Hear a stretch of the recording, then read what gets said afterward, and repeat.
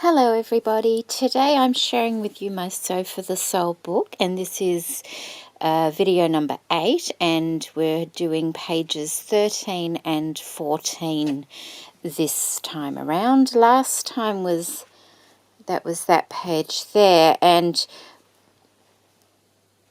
most people will be going on to the next page there, which is the last page in my book. But I skipped a page accidentally, and so I've gone back to that one, and I've done my pages 13 and 14 in the middle of my book where I accidentally skipped a page. Right, so the instructions for this time around were we were to use 3 different fabrics, 3 main fabrics and 3 main coloured threads on our layout, and I'll just take these out to start with. And so this is the floral fabric that I've used as one of my main fabrics on the background, and then I've used the blue linen and the pink. So they were the 3 main fabrics, and my continual colour throughout my book was pink. I know there's a lot of blue going on, but it was actually pink, the colour that I picked out. So I've tried to use quite a bit of pink on this one. So we had a patterned background fabric and plain pockets, and then you decorate them, of course. So the background was to be a running stitch, and I think I did that slightly different, and it wasn't intentional. I just wasn't listening properly, I don't think. With the 3 threads, I think she meant to, like, variegate it through the background, but I didn't do that. I just used one, and then used the other threads, like green thread here and pink thread here and blue thread here. But I don't think that matters at all. So running stitch on the background. And what I've done like 3 stitches, 2 stitches, 1 stitch, 2, 3, 2, 1, 2, 3, 2, 1, and it kind of just alternates like that on the background. And I think that's, I'll just show you up close. See how that makes a quilted effect? It's quite pretty, and I like it because you can still see the pattern of the fabric, and it's got such pretty flowers. And then I made triangular pockets on mine, mainly because my background fabric had a flower here, flower here, flower there.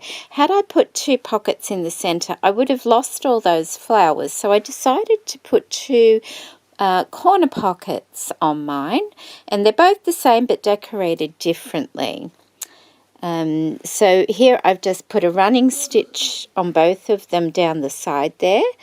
I have done lots of straight stitching. I've done some French knots to attach the pockets all the way around in some green thread. And it's mainly straight stitch, and I think that's what we were meant to use. And then I've just put a pink doily on here because I like to use a doily on every page. A little buckle here and a button here, because we could add some little things. You could put pins and whatever else you wanted to put on there. And then on this side we were to make a heart, and that's my heart there. I have just used this lovely, this is from an old quilted pillowcase actually. I haven't cut the quilts up because they're quite nice, but the pillowcases got very worn, so I cut them up. They were my daughter's, and this is the background fabric of it. So that's what I've used, and I put a daisy flower here and some lovely rickrack from Rena. And then I've just layered up to the blue linen and then this lovely blue and green fabric. I have used a straight stitch around the blue. I've used French knots, if you can see those, around the floral fabric. Then I've stitched with... oh, you might not be able to see it. It's a green thread, and I've just put little stitches in between each flower there. And then I've hand stitched the tatting around the edge with a machine thread for that one. And so that's my little quilted heart, and that goes in that pocket there. like that. And then on the other side we were to make a little concertina booklet, and that's what I've done, but I've done a different shape. I loved this doily and I wanted that on the front because I had a circle going here and here, and I thought it might be nice, instead of a square book, to make a little concertina circular book. So I have a pink fabric and a white doily, and then the little pink bit there is the inside of another doily, and a lovely old green fabric button there, and the green in this just matches the green in this really nicely. And we were to use a white base and then use our chosen colour, which for me is pink, throughout the book. And so now I've written it down so I don't... Yes, the little book is to the base colour, which is pink. Okay, so on the first page we were to use 3 large rectangles and 3 smaller rectangles.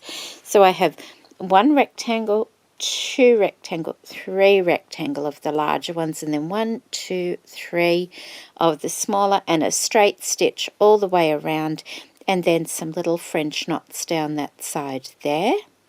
On page number 2, we were to use 2 squares, and I also got a little bit confused here because she said squares when she was showing it, but then when the written instructions came up later, she said rectangles. So I stuck with squares because I thought it was a nice change from the rectangles on that page. So we were to use 2 rectangles. 2 squares I'm using, and 5 buttons. Now, I didn't use any real fancy buttons for this. I decided to go into my stash of like plastic buttons. They are vintage buttons, but they're just plastic buttons, and start using some of those up because there's no point in collecting them if I never use them. So that's the first 2 pages of that. And I joined my pages with a tacking stitch. Because throughout the whole book, Anne has suggested we can leave the tacking in as an added feature. So I used that method, the tacking stitch, and you can see it there.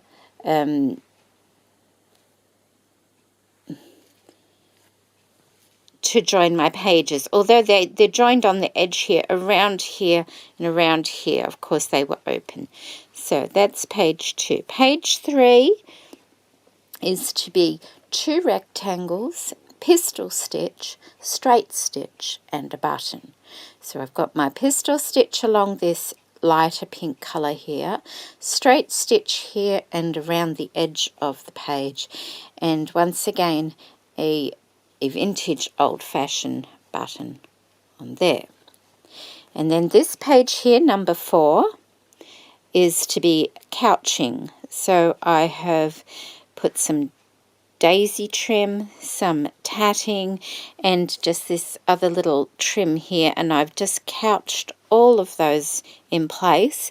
And she said to use a feather stitch or a fly stitch or something like that. So I've done a fly stitch there and just a little cross stitch there as well. And so page 5 is to be 3 rectangles. One of those rectangles is to be a pocket, and inside the pocket we're to make a little tag. So I have 3 larger rectangles. One is across that way. I have put a blanket stitch around the pocket, and I put a button on the front too, just to break it up a bit. Straight stitch around this rectangle and a little French knot around that rectangle, and then just a tiny little tag there with some straight stitch, the daisy on there, and then I've just put a stitch through that piece of fabric there just to hold the little tail in place there, and that goes in that little pocket. Oh, I've also pinked the edges of the fabric like that. And the majority of the fabrics that I've used are from pre-loved items like clothing, pillowcases, sheeting, things like that. And then page 6 was to be lace. So I have the light pink, as on here, behind the lace, so sets it off a little bit. Then I've tacked it on so that that isn't very obvious. I've put some French knots in the lace and a little bit of straight stitch down here as well. And that's all that page is. And then on the back page, I've just got some pink fabric and another doily piece that's just got a straight stitch holding that in place at the back. And that is my little concertina booklet that sits in there.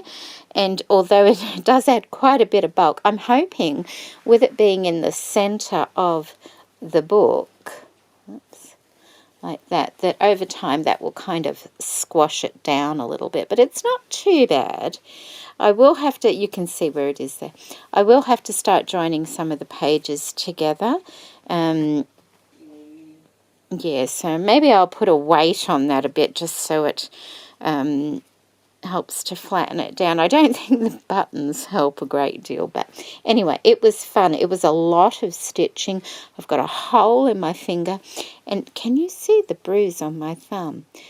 When I was stitching something, I was going through quite a few layers, and the needle came out like a jerk, and it went straight into my thumb, hit the bone because I felt it, and went straight through the vein that runs down the front of the thumb there. And although it wasn't awfully painful, and it didn't look like I'd done much, the day after, this is what came up, this huge bruise. And it's not sore at all, but it looks awful. Don't let anybody tell you sewing's not dangerous. Look at that, it's terrible, isn't it? Sorry, turn it off if you don't want to see that. So sorry about that. Didn't need to share that with you. But anyway, there's my pages, what are they? What did I say? 13 and 14 of the Sew for the Soul book. And so I've got one more page to do at the back, and then we're covering it. Oh, I still have to stitch the lace up a little bit there because that was that page. And I kind of want it to go up on the corner there, and I think I will stitch that one up so it's got more of a rounded like that rather than square like that. I'm going to take it up, so I want to put a stitch in there and do that, and it's on its way to getting finished. But that was a lot of sewing this time around. It was such a lot of sewing, but very enjoyable anyway. So thank you for joining me, and I hope you enjoyed watching. Take care, everybody. Bye.